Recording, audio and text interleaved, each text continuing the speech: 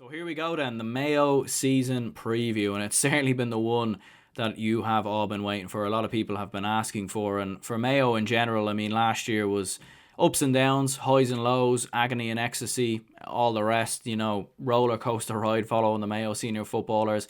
Very much continued last year. Mayo had that huge moment beating Dublin, which wasn't so huge for me, obviously, as a Dublin fan, but it was huge for Mayo, no doubt about it. And you go in against Tyrone as favourites to win the All-Ireland, but it wasn't meant to be. Tyrone got the victory, they got the win, they won the All-Ireland Senior Football Championship, and the long drought, long wait, the famine continues for the Mayo senior footballers. But I do think all in all it was a positive year for Mayo last year. When you look at the injuries that they had in Cillian O'Connor, and Mayo had a lot of things go against them last year. Retirements at the start of the year, players not there, and just a few different bits and bobs going against them. But to pull through, beat the likes of a Galway, beat Dublin as well, huge moments for Mayo. And yes, it didn't work in the All-Ireland final, we all know that. But look, Mayo are looking good for 2022, and I was delighted today to speak with Mayo-based journalist Darragh Berry for this season preview. We discuss all things Mayo, including last year's final against Tyrone, where it went wrong, looking at that Dublin game as well, and some of the,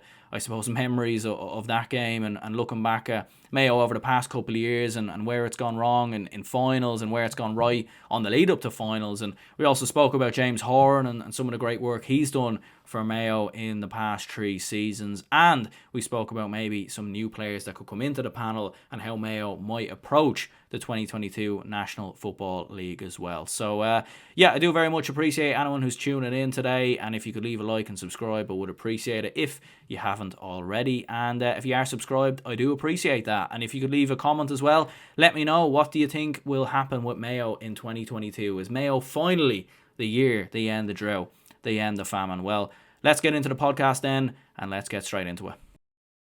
Well, nowadays you got to have that because people nowadays. Before we get straight into the podcast, I just want to give a huge shout out to our sponsors, Declan Kirby GAA Star. Declan Kirby GAA Star Championship Journey. It's a series of GAA team children's books written by primary school teacher and GAA coach Michael Egan. You can check it out in the link in the description down below, of course, as well. Follow the trials and tribulations of Declan Kirby and his team at Smithgreen Gaelic Football Club, recently formed but promising GAA team. The book is now available in Easons and all good bookshops, so check it out in the description down below, and let's get straight into it. Okay, so here we go. I'm here with Darragh Berry of Mayo. We're here to preview the Mayo senior footballers ahead of the 2022 GAA season. We were chatting off here there, Darragh. How's the form anyway? You're all good? Form is good, yeah. It's nice to have the GAA back once again. Obviously, we didn't have the best at the start in the Dome against Galway in the FPD, but it's still just great to have some form of a sport back once again to kind of get over these January blues, as we were saying. Just to start off, I think the Dome is a fantastic place to hold those kind of events, and hopefully, I know it has been used in the past for the likes of the Sigerson Cup and stuff like that, but definitely going forward, like, hopefully we can see a lot more national competitions and stuff being held there, because it's just a fantastic place. Like, I know from my time of working with the Western People when I started off in journalism, a lot of school finals and stuff used to be held in the Centre of Excellence. And it's just great to see the publicity that that it's finally getting. It's fantastic to see, not only for Mayo but for Connacht GAA in general. It's just a great thing to have at our disposal to use. Yeah, absolutely. Like, it looks like a fantastic arena as well, like for a lot of different people to go into, and for a lot of different sports events. Like even having under 20 games there or something like that, or minor football games, like I think that would be something great maybe they could do. Yeah, absolutely. I mean, I know I was also involved with NUIG when the Sigerson was held down there in 2017, I think it was, or 2016. I think, 2017. And, there's just so many pitches down there that can be used. I mean, there was several games going on at one time. It was just fantastic. But like, yeah, as you're saying, the likes of an underage game should be held down there, and it can draw such a great crowd as well because the facilities are there, which is fantastic. And then obviously to have something like the Dome where you can play there, it can be pissing rain, lashing rain outside, as it can be most of the time in the west of Ireland, and that you've got a great game of football going on inside, that's completely sheltered away from, the weather conditions outside. Because, as I said, with the Mayo Galway game, it was a fantastic high scoring game. Obviously, there's the help that no matter where you kick the ball, it's going to go where you want to go, where you want it to go because of the conditions. But you just, you kind of have to think, if that was held outside on that, Friday, January day, when it was pissing rain and the ground would have been a bit soggy, would the standard have been as good? Probably not, which meant it was fantastic to watch, online on the stream. Yeah, like, and you're all set for another year anyway, following Mayo, the trials, the tribulations, the highs, the lows, and all the rest. You're all set for another, I suppose, roller coaster year with the Mayo footballers. Yeah, exactly. It's like that meme, I think, is it from The Office, where it's like, I'm ready to get hurt again. That's just, I think, every Mayo GAA fan resets the clock, even after to be honest, after the full-time whistle of an All-Ireland final. You're upset for a couple of days, but probably by the end of that week, you're already looking forward to a new season coming around next year. And once all the kind of post-mortem and stuff like that is done, of a final or a semi-final, whatever it may be, every Mayo GAA fan I know is just ready to get back on the horse again, the very next year. And they're only counting down the days, to the next outing. And like, without, going on about the FPD game again, but, that so many people download or paid for that stream on the Connacht GAA website, because, obviously with Galway as well, but like, I'd say majority was probably Mayo, because we're just itching for, itching to see a green and red man walking out in the pitch, from the get-go of a new year, like, and to see new people being trialed out, as there was that evening. I think there was something like 6 or 7 debutants, which was great to see, along with some of the younger, fresher blood that we would have played over the last couple of years. It just excites Mayo fans every year. Obviously, it is hard to try and pick yourself up and have the hope year after year, but I think it is probably the hope that keeps most Mayo fans going, because if we weren't so not deliriously, that's not the word I'm looking for, but like, I suppose just so dedicated to the cause, it just, on those days where you're kind of like, oh, I can't be fussed with this anymore, it just gives you that little bit of a hope to go, you know what, we'll give it a go for another year and see how we get on. Yeah, like, it seems to be that uniqueness of following Mayo in many ways. Like, I know even Dublin and Mayo, as a Dublin man myself, we've certainly had our fair share of rivalries and all the rest. Like, and I don't live too far from Crow Park, so anytime Mayo are in town, about it, because they seem to bring an army of supporters, and unlike any other county, really. Like, it's quite mad, really, and crazy to see, I suppose, the backing and the following that Mayo have. Like, it does seem to be, not to say that other counties don't have that support, they certainly do, but it seems to be with Mayo, maybe the noise levels and I suppose the expectation just gets rose maybe 2 or 3 levels above maybe any other county. Yeah, absolutely. I mean, it was something that, I suppose, like, I followed Mayo GAA since I was, a young lad. So probably you could nearly say for the last 20 plus years. Like, I'm coming 27 now this year. So I suppose it was kind of maybe around the 2010, 2011 mark where you just saw a real massive boost in a following in Mayo, probably after actually maybe the 2 finals in a row, 2012, 2013, like whenever James Horan took over first, that kind of period of 2011 to 2015, you saw a real boost in, fans, and, just everybody from Mayo would be traveling up, whether they have a ticket or not, like, or if they're not traveling up, the pubs back home are packed, obviously pre-COVID, and I mean, the buzz is just something, completely out of this world. And, without taking away from any other county, I'm sure every county has a similar kind of mass cult following, but in Mayo, I think it's just that bit more and that bit more special as well. I've heard of people flying home from, America and England and stuff for games, and then flying back that night. And that's just what it means to people. Like, they don't want to miss out on that moment. And I'm not just even on about a final. Like, I mean, I know of one person in particular, he's actually is a good friend of mine. And like, his family flew over for the Galway game, the Mayo Galway game, the Connacht final last year in Crow Park. Like, because they just, it was such a momentous day, and they wanted to be there for it. And, they are big fans. I suppose there's probably a lot of people who might say that there's like a sunshine brigade down in Mayo, or like, the fair weather fans kind of thing. But I think 95% of the people that you see knocking around Crow Park on All-Ireland final day have probably been there from the start, and would have probably been itching to get into the Dome the last day, to have a piece of the action as well. So it is something very special. And I suppose it's just, again, down to that kind of journey where, we're so used of the process now, and we don't know how that process ends. Like we do, you know, we've done it year after year. We know what it's like to get to a final. We know what it's like to be so close. But I think people, and more people, are kind of etching on every year because they just want to see how that story plays out. What does that feel like to actually end that story where you've won, you know, you've done what you've came to do.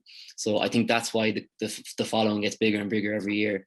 And another thing that's great to see is, you know, the amount of young people that are getting involved in Mayo GAA. You know, that anytime, you know, there's a game on in McHale Park or anything like that, you know, whether it be, you know, the start of a national league, or, you know, the first rounds of a Connacht championship where you're playing a quarter final against Leitrim, you know, you'll see the 4 and 5 year old girls and boys out in their full kit, ready to cheer on. Like, and, you know, they're just as devoted as, you know, I probably am, because they've been bitten by that bug already, and it's probably been passed down from, you know, a family member who's the exact same. So yeah, it's a big never ending cycle when it comes to the Mayo GAA fan base. And I don't think it'd ever end, no matter how, you know, successful we might get or how unsuccessful we might be in the future. I think there's always going to be that bit of a following there.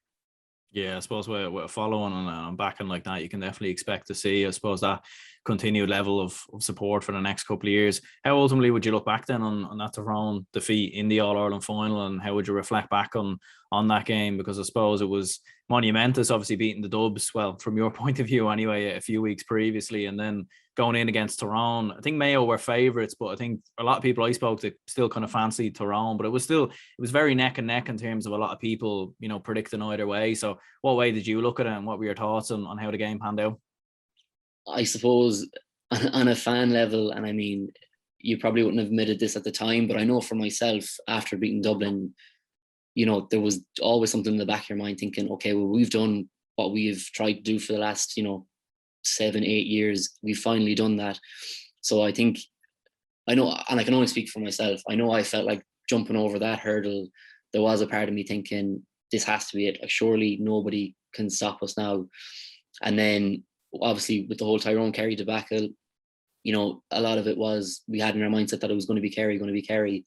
So then when we got the news that it was Tyrone, again, a little bit of us was kind of like, or a part of me was thinking, that's probably even a better option than we expected. Like, you know, we were thinking we were going to get Kerry, now we've got Tyrone. That's probably upped our chances a bit more.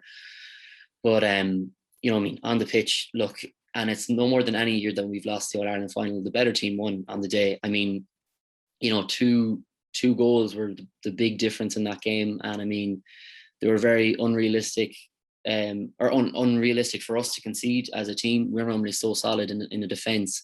So to kind of let in 2 easy enough goals like that was obviously a massive kind of shock from the stands. And you could just kind of feel it was something that, you know, after the first goal went in, you could kind of feel a bit of a shift change. And obviously the second goal was just kind of the final nail in the coffin.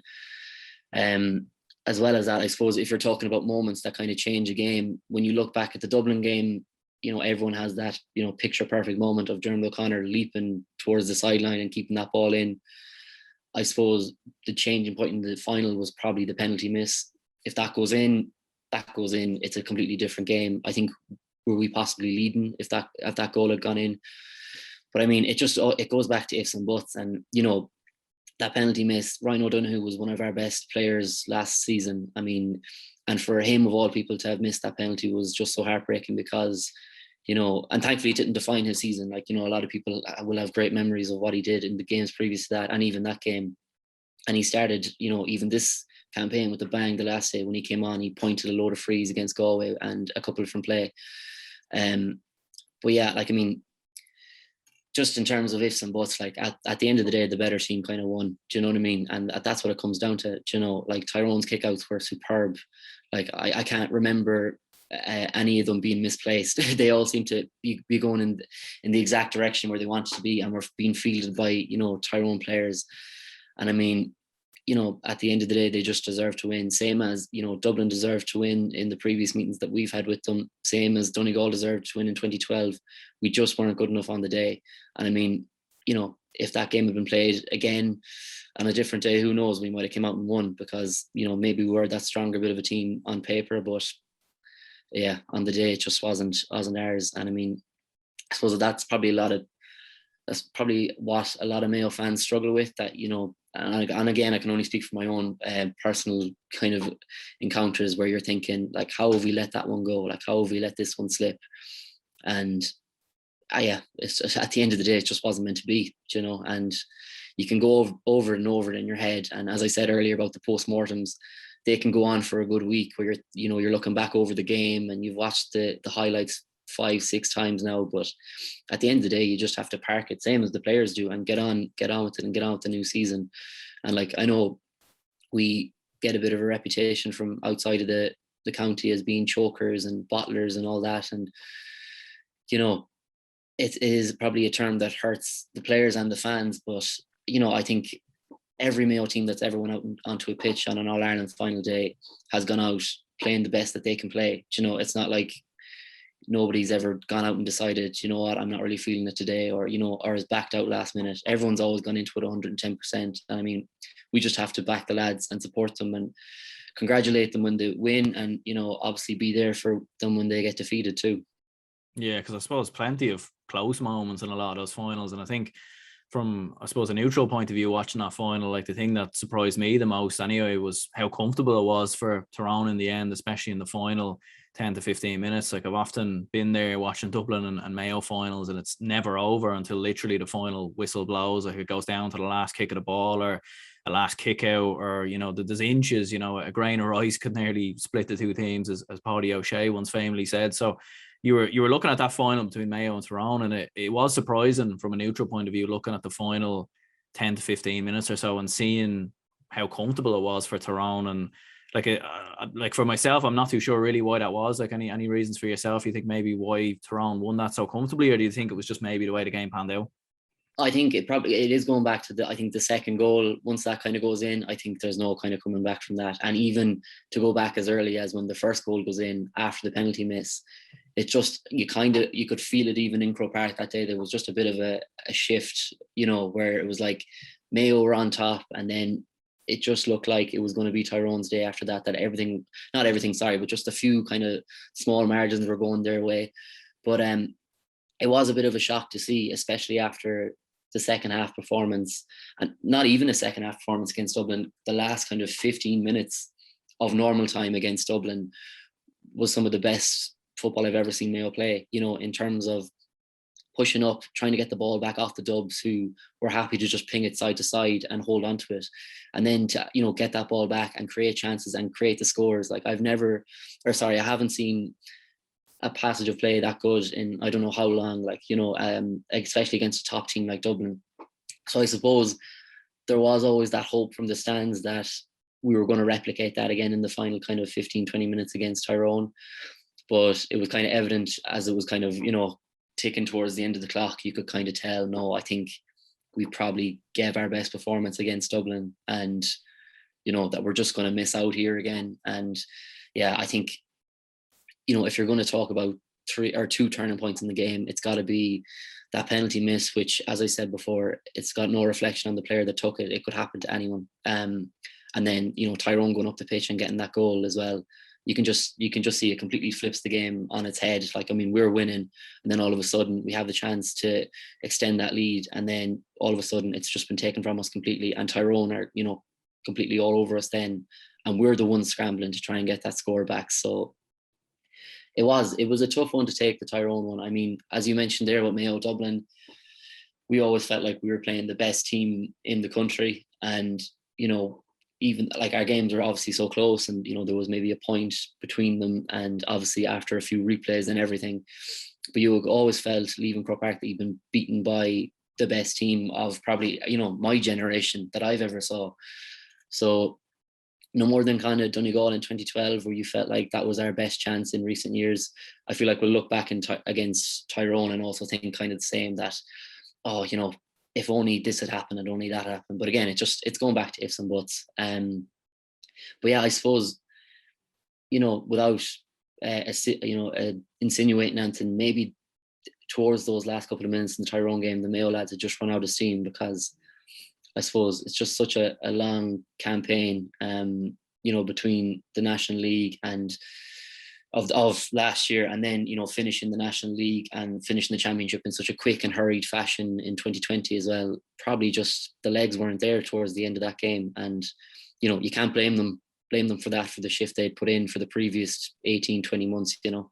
And you mentioned that win over Dublin, like, and I suppose the celebrations a full time, and how big of a moment it was, considering, I suppose, how consistently Dublin had beaten Mayo since 2012, and I suppose the rivalry between the two teams. Like, I mean, I'd imagine it was a big moment as well to get one over on Dublin and get that victory. And I don't think many, like, although Dublin certainly probably didn't look at their absolute best going into that game, when you were looking at the first half, Dublin were cruising. They were, I think, 5 or 6 points in front. It was looking like there was only going to be one team that was going to win the game, especially with the experience of Dublin.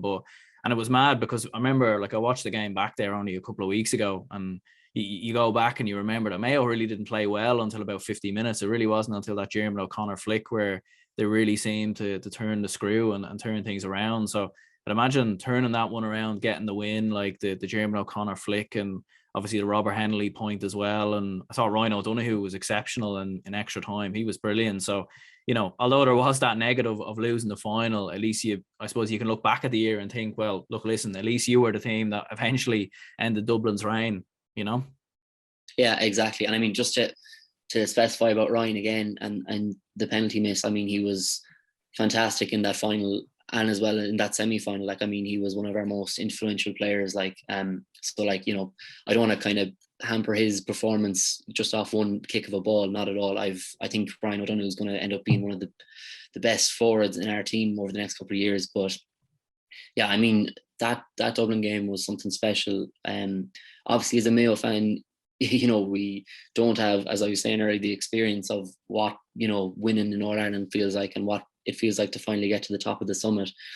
But I suppose if you're talking about days that are really monumental in our life, I mean, along with that win against Dublin in 2021, winning the National League in 2019, and probably beating Kerry in 2017, because I know for my generation, you know, growing up, Kerry had caused us so much kind of heartbreak and misery in my lifetime.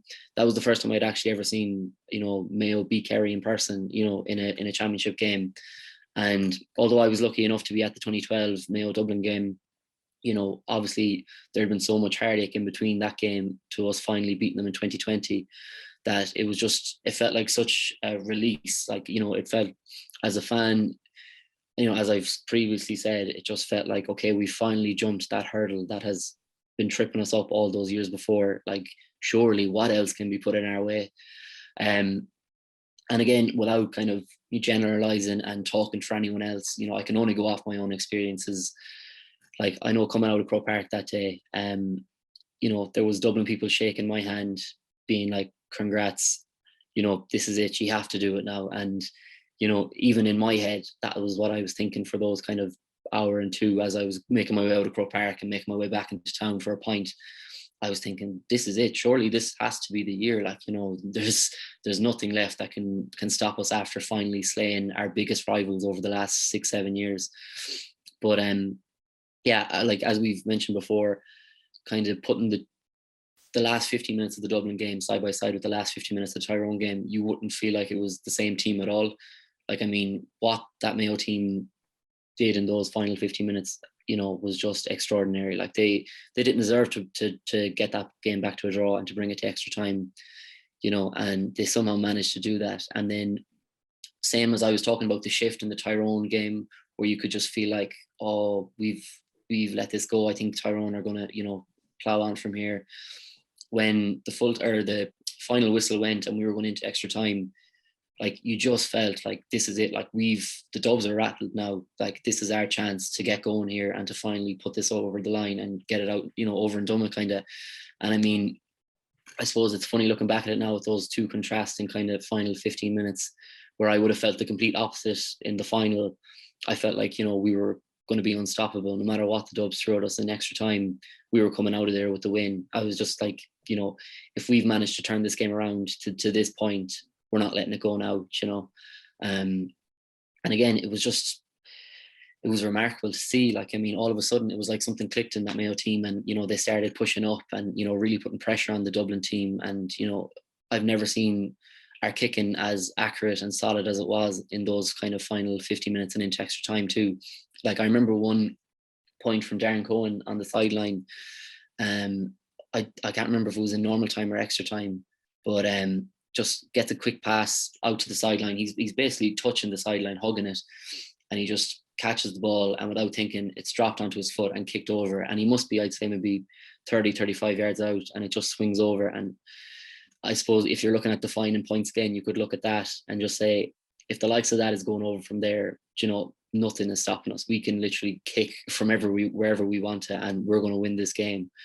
So, yeah, I mean, again, speaking from my own personal experiences that day, I can safely say now I got a bit carried away and thought, I suppose, treated that as maybe the All-Ireland final, which was unfair to Tyrone and unfair to Kerry, who hadn't played yet. And, you know, probably unfair on myself as well for letting myself get carried away. And I could probably sit here and say, oh, it's definitely something I would have learned from again. But, you know, if we were to beat Kerry in Dublin, you know, in a semi-final this year, and you'd be facing the likes of, I don't know, maybe a lesser team so-called than I would have thought Dublin and Kerry would be, I'd probably let myself slip back into that thing again. I think it's probably the failings of a delirious fan like myself, or you just, you know, you eat, sleep and breathe Mayo GAA.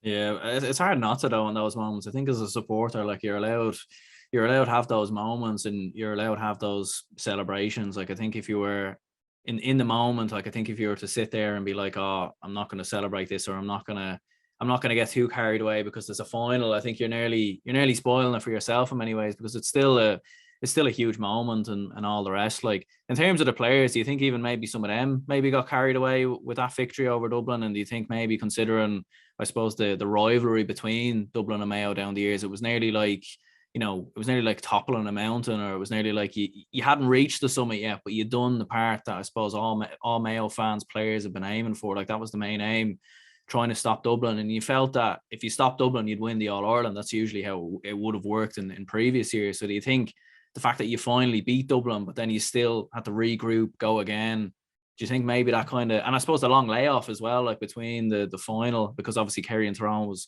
pushed back a couple of weeks because of COVID. So do you think all those factors maybe kind of influence a little bit in the fact that maybe that was the reason for the slightly flat performance in the final?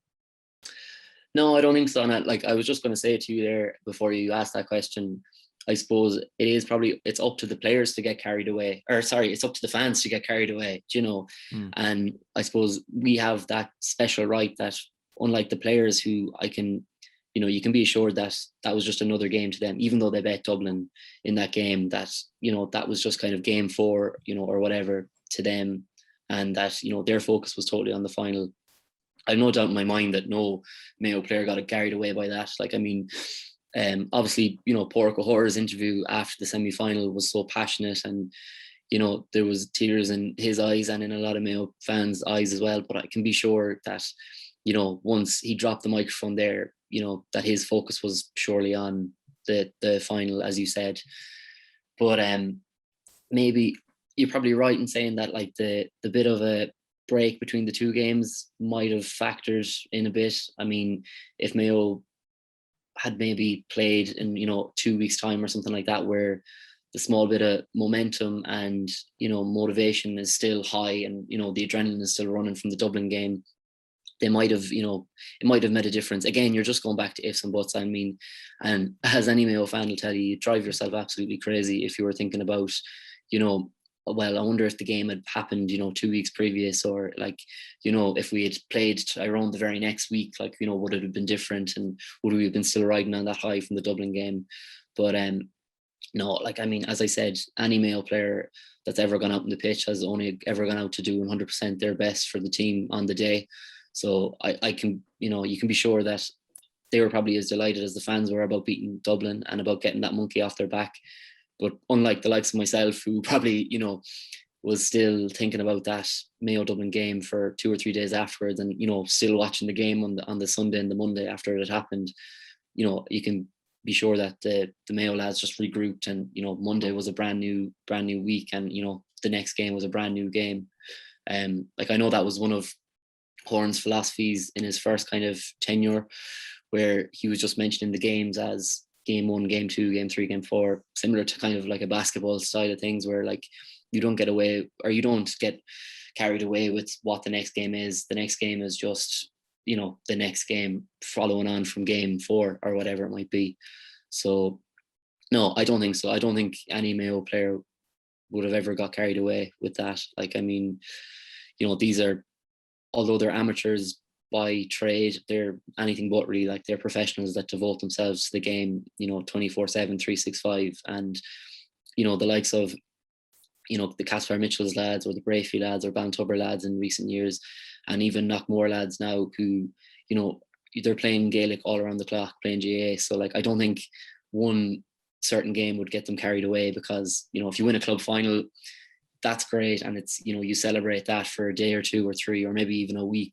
But like, without doubt, that's not going to be good enough for anyone. Your next step is, okay, you know, who we have in the or sorry, if you win a county final, your next step is like thinking, who do we have in the provincial semi, you know, and then so on and so forth. So yeah, I mean, I don't think that would have had a factor at all in the players, but speaking as a fan, it definitely influenced me going forward. Yeah.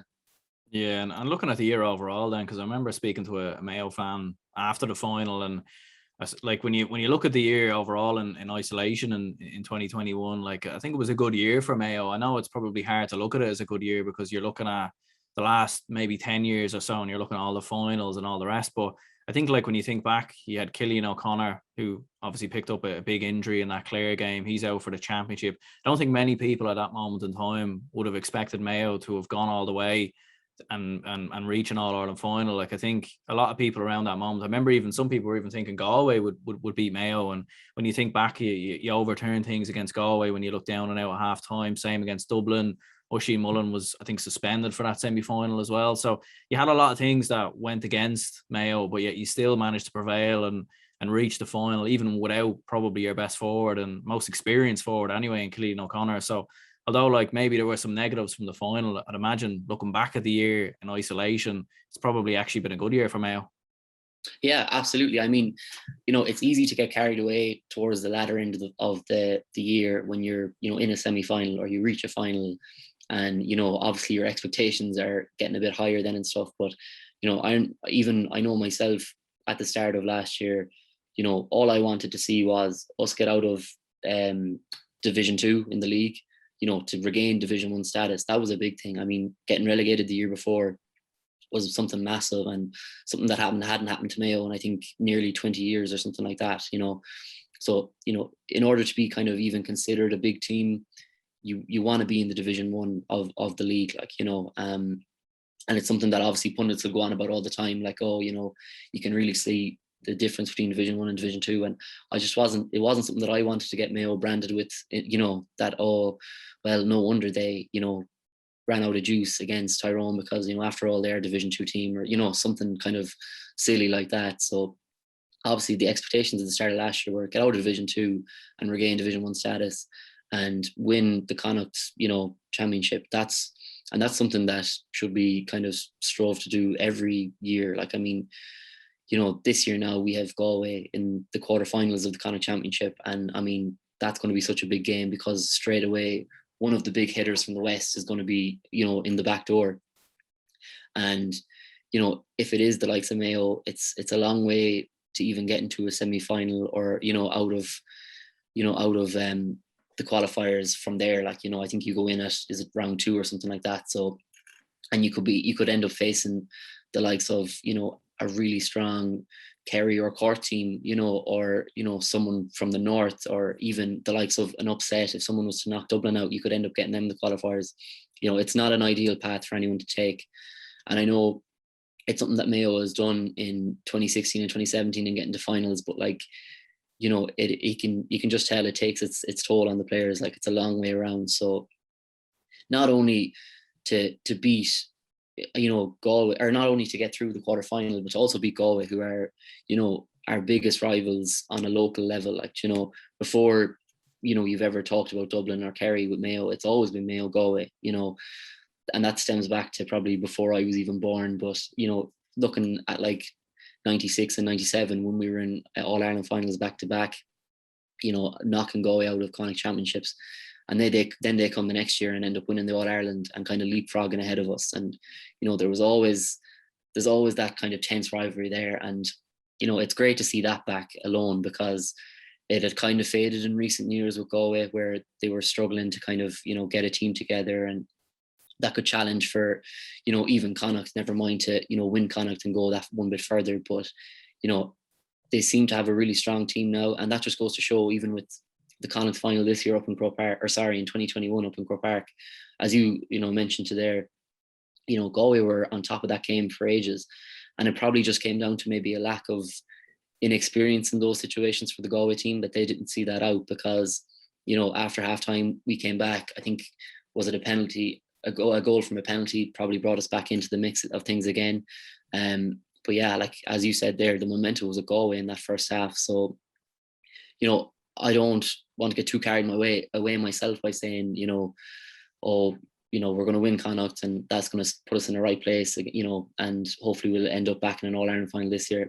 That's kind of not the way to look at things at all. Like, first of all, you want to hold on to your Division 1 status.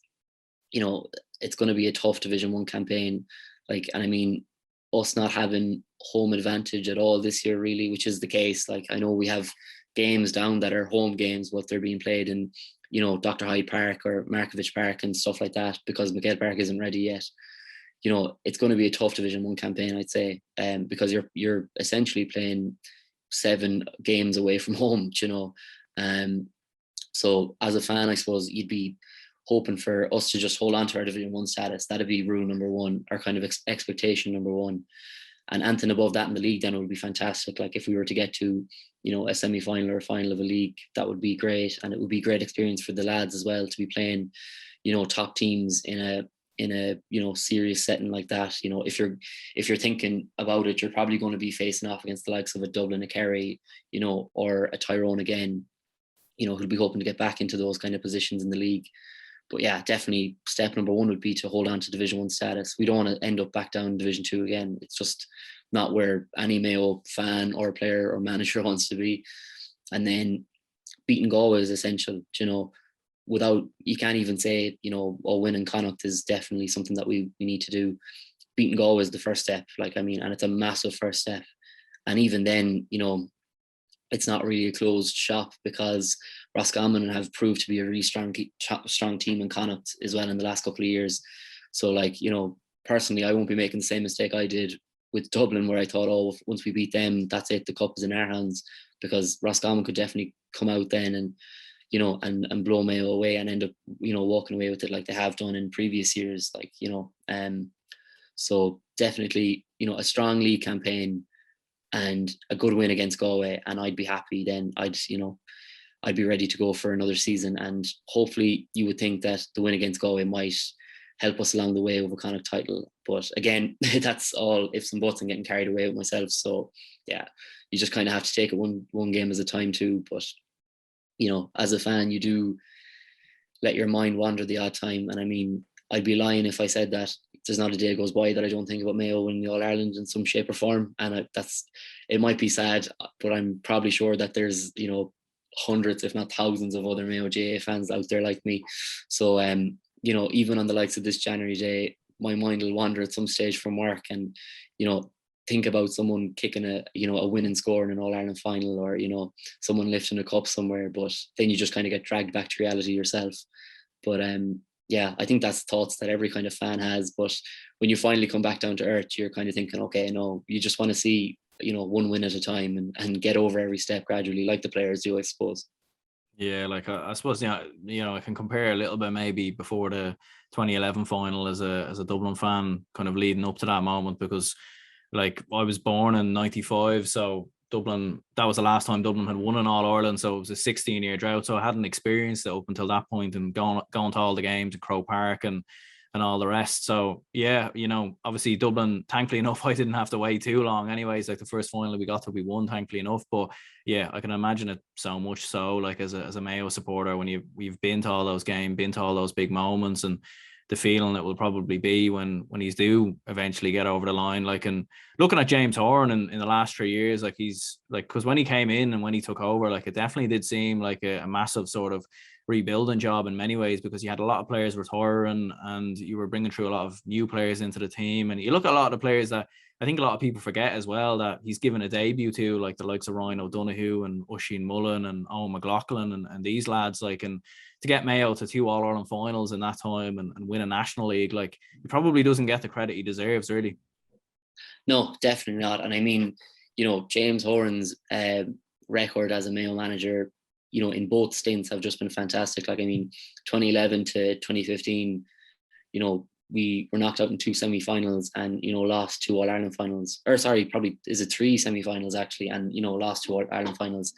And then to have the same record again, where Dublin knocked us out of the semis in 2019 and then to lose 2 All-Ireland finals. I mean, it's just a fantastic record for him. And I mean, as you said, he's a great manager for blood and new talent. Like, as I said, in the FBD game, I think there was 6 or 7 debutants that were brought on, along with some really good young gems that we've found in the last couple of years, like the likes of Owen McLaughlin and Ryan O'Donoghue and Tommy Conroy, and then not to mention, obviously, Oisin Mullen, who's a massive talking point in the news at the moment. Like, when you think about the excitement you see of people starting for, Mayo in an FBD game, as I was saying earlier on, it's the same feeling you get when you hear the likes of an Oisin Mullen is saying that he's not going away. Like, that's such a boost to Mayo. Like, I mean, it would have been such a blow to see him go. I mean, and you would have been delighted for him as a Mayo person to think he's getting his chance in Australia. I mean, you'd be wishing him every best of luck that he'd, smash it out there and, come back a successful player and hopefully play for Mayo in maybe 6-7 years time, or whenever his career might be, finished on his own accords out there. But, like, I mean, he was front page of the Mayo News Sport, which is the local newspaper down in Mayo this week. And, the caption was home and away, and then the and away was just kind of crossed out. And it's such a powerful picture, and it perfectly kind of describes how Mayo fans are feeling at the moment, because it's just like he's home and he's here to stay. But going back to James Horan, I mean, he's just, he's blooded a fantastic amount of new crop, not even in his second stint now, but like in his first stint, he took over from John O'Mahony, I think, was it after 2010, after we'd been knocked out to Longford. And although kind of the transition process had already kind of begun under John O'Mahony, James Horan was kind of left to, really put the pieces of that jigsaw together and get, Mayo GAA as a county back on track, which he did, straight away in that year, got us to a semi-final, as I said, and started the beginning of, 5 Connacht titles in a row, I think it was. So, I mean, no more than the players themselves, like, how James is able to go back to the well year after year and just, pick himself up and say, right, I'm ready to go again, and I'm ready to do this. And, nobody would be surprised at all. Like, I know you were saying that with this year gone by, that there was a bit of kind of a surprise there that Mayo got to the final. But, when the likes of James Horan is involved, and the team he's managing is Mayo GAA, there's no, it never ceases to surprise me what we can do. Like, and if we were to get in an All-Ireland final at the end of this year, I wouldn't be surprised at all, because, between James and his background team, like, and the players that are willing to just dedicate so much time and effort to the cause, like, to travel the length and breadth of the country to train for him and for the county is just fantastic. So, I mean, it's hats off to James. Like, you'd no more than the players that are under him, and no more than the players that have come and gone, and even James himself as a player previously, you'd really hope that he doesn't leave that seat without an All-Ireland medal. But if he was to, you would have absolutely zero complaints for the man. I mean, he's given it his all, for on and off, it must be coming on 7-8 years now. And when he does decide to leave, I'm sure it'll be on his own terms, because I can't see anyone wanting to push James Horan out for what he's done for Mayo GAA. Yeah, what kind of players do you think he might introduce maybe in the league this year? Because we've seen this year in a year out where he has introduced a lot of new younger players into the team. Do you think he'll introduce a new couple of players in the league this year, or maybe he might go full strength? And I suppose if he does introduce new players, what new faces maybe could Mayo fans expect to see in the team maybe in 2022? Yeah, I suppose with the start of the league, one of the big things is Matty Horan, I think, is out for the first 2 games of the league after getting the red card against Tyrone in the final. So I suppose that's one position straight away that you're thinking, right, how am I going to fill this? And, you know, I suppose maybe Conor O'Shea might be, you know, someone who we might see again filling that role in midfield for Mayo. You know, obviously Conor Loftus has been fantastic there the last couple of years. You know, in terms of new faces, I suppose people that we've seen come on, you know, against Galway in the FPD League, like I just have their names on here, Donnacha McHugh, Frank Irwin, Sam Callanan, Fionn Duffy, Rory Kane, Justin Healy, Paddy Heenahan. I think there was one more to that as well. I have 7 in my mind of those that started. Like, I wouldn't be surprised to see those, you know, on a bench for Mayo and maybe being introduced and trickled in to the odd, maybe last 15, 20 minutes of a game. But I think you're right in saying that, you know, they're going to want to start the league campaign strong. So, I mean, I can see us fielding a very, you know, experienced and confident 15 almost in every game, with maybe the, you know, the additional 1 or 2 or 3 coming off a bench that we mightn't have seen before. I suppose one thing that we've kind of been playing with the last few years is our keepers. And I know like Robbie Henley and David Clark had battled that out for many years previous. And then obviously David Clark retired.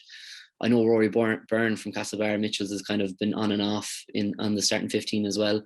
So I say maybe, you know, the league might be a way to kind of finalize that position for the Mayo team. I think everyone else's positions are kind of fairly rock solid. You know, the likes of Cillian O'Connor coming back into a team as well for the league. I don't know if he's going to be back in time or not, but, you know, it's a great thing to have because it's going to spur on the 4s that we had already there when he was injured last season. It's going to want to, you know, they're going to want to up their game and prove to them that they can take Cillian's spot. And then to have the boost then of also Cillian coming back and, you know, that amount of experience and having the all-time top scorer there to rely on is great. But yeah, I think if I was to focus on anything, it would probably be initially seeing who is going to replace Matthew Horan for those first 2 games. Like, are they going to issue some new blood in there, or, you know, if we're going to go with some familiar faces again, and then to finally nail down the keeper position, like, you know, is it going to be Henley's for the year? You know, are we going to see Rory Byrne come in and snatch it off him, or is there going to be someone else from around the county that's going to want to have a go? So yeah, it is interesting to see, and it's the type of thing that it could completely change. You know, the first game of the year, you might see the team sheet and think, Jesus, I didn't expect to see that person in there or that person playing in that position, you know. So I suppose only time will tell. One of the big things as well is the new captaincy, you know, having Stephen Cohen there, who is, you know, a proved winner at underage. I suppose, you know, he knows what it's like to lift cups, and it's great to have that, you know, young blood of a captain too. And, you know, he's really upped his game and proved himself over the last couple of years in that senior Mayo squad. And then to have Paddy Durkin as well as co-captain, who, you know, in my head, if you had asked me last year, if, you know, for 2022, I might have even said that Paddy Durkin would have been worthy of being the captain himself. But, you know, he's a great man to have by your side to spur a team on, you know, to get that, you know, equalising point or a winning point from far out when you need it, or make that play. You know, he's another man that's going to be, you know, a badly needed asset in a Mayo team, you know, in a team talk or a huddle to kind of get guys motivated and get them ready. You know, if they're maybe 2 or 3 points down at half time, I have a feeling that he might have the words of wisdom to come out with something that's going to spur someone on. And then to have Tommy Conroy as well as another co-captain, you know, a young blood that was, you know, brought in by James Horan and has really proved himself time and time again, you know, as a fantastic scoring forward, you know, whether it be points or goals. You know, I think it's just 3 strong people there that, you know, even younger lads coming in now can rely on and look up to, even though they're young people, you know, young players themselves, that they can say, you know, these are lads I can aspire to be, and, you know, that I won't be afraid to kind of like look to them for guidance or for, you know, inspiration if a game is, you know, in the melting pot and, you know, we need to drag out something from somewhere. So yeah, it's a promising year. Again, you know, I have no expectation and I have every expectation at the same time, that kind of way. You know, it's just like all your wildest fantasies are always running in your head, but at the same time you're just like, I really just hope that we're there or thereabouts at the end of the season. Like, I hope our season is going to be cut short and we're left watching on from the sidelines as another West of Ireland team plows on and, you know, and does good things. Yeah, like, and you mentioned Oshie Mullen coming back in as well. Like, obviously a huge plus with the fact that maybe, you know, obviously I'm sure he wanted to go to Australia himself, and obviously that hasn't quite worked out in the end. And back in the Mayo team, and looking at Mayo in general, like, no, doesn't seem to be many retirements this year compared with previous years. Like, it looks like maybe this year you're going to have probably more of a settled squad in terms of James will probably know more so his best starting 15 compared maybe with previous years. Because you think back to last year, like losing obviously David Clark, who retired, and a couple of other defenders obviously retiring as well. So I feel like this year he'll probably know more or less his starting 15, maybe from the offset, which will definitely be a big plus in that National League campaign. Yeah, I think so. And I think, you know, even like, I don't know the average age of the Mayo team now off by hand, but like, you know, I can assume it's come down an awful lot in recent years from the new blood that has come in.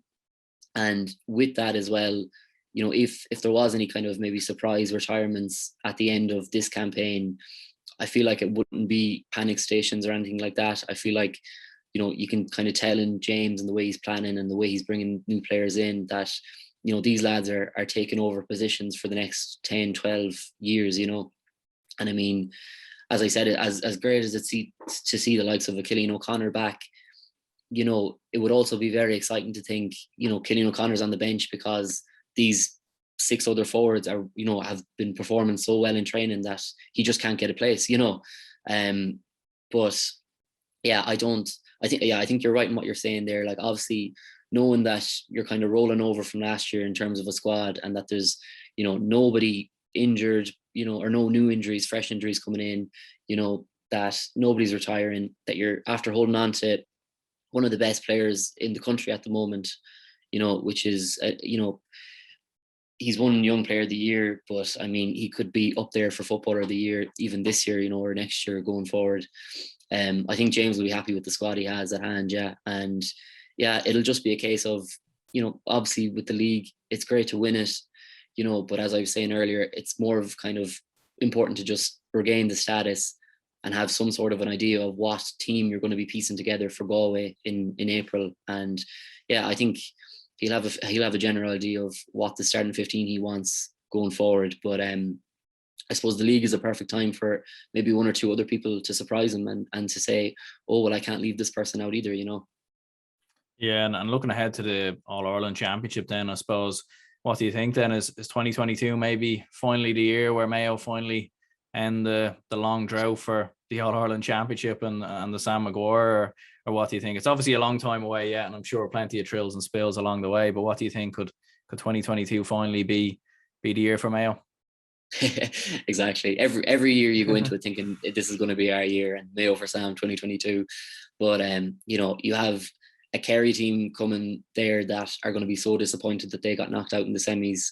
You know, you have a Dublin team that are going to be coming back, you know, absolutely raging that they've let go of their title and they're 7 in a row. You know, obviously you're going to have the defending champions then in Tyrone as well, who aren't going to back down, and you know they're going to want to hold on to their title, as well as like a couple of teams in in Ulster, like so, you know, Donegal and even Armagh breaking through and, you know, could cause a shock in Ulster. Like, you just don't know the way that's going to kind of come out. But it kind of goes back to what I was saying about, you know, getting through Galway first. That's the bit, you know, the first big hurdle, because, you know, I'm sure if Galway were to beat us in April, you know, they'd even fancy themselves for the Connacht title and, you know, to get into a semi-final position or to maybe even go on and win it themselves. So, you know what I mean?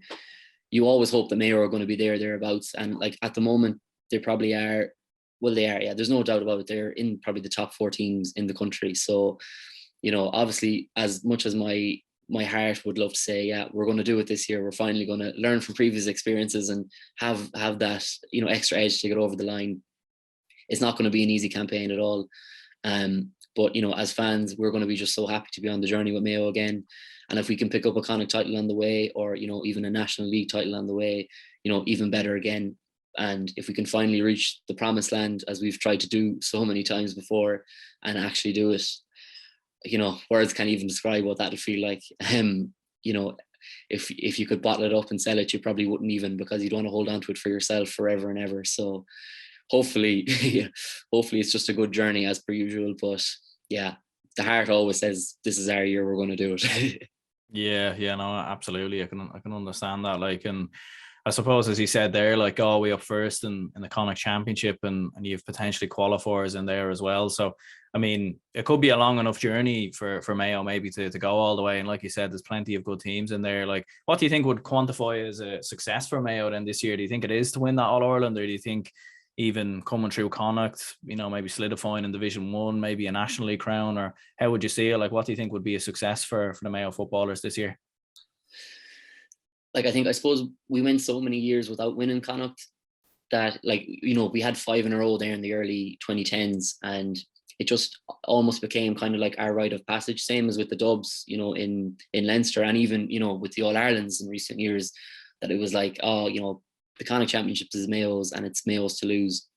So when we did actually start finally losing that, speaking personally again as a fan, I was just like, there's something not right about this. Like, in order to be the best team in Ireland, you kind of want to be the best team in your own province first. So I think, having a good league campaign and winning a Connacht title would be a great start for Mayo. I'm not saying it would be, what the expectations are in the county board at the moment. Like, obviously the main expectation for Mayo in the last 10 years has been to win an All Ireland. Like, I mean, you can't keep getting that close and then people dropping down the expectations and saying, oh well, a Connacht medal is good enough. A Connacht medal is fantastic, and it's a great achievement to have, and it's something that not only would put us out ahead of our rivals in Connacht, Galway and Roscommon, but it kind of just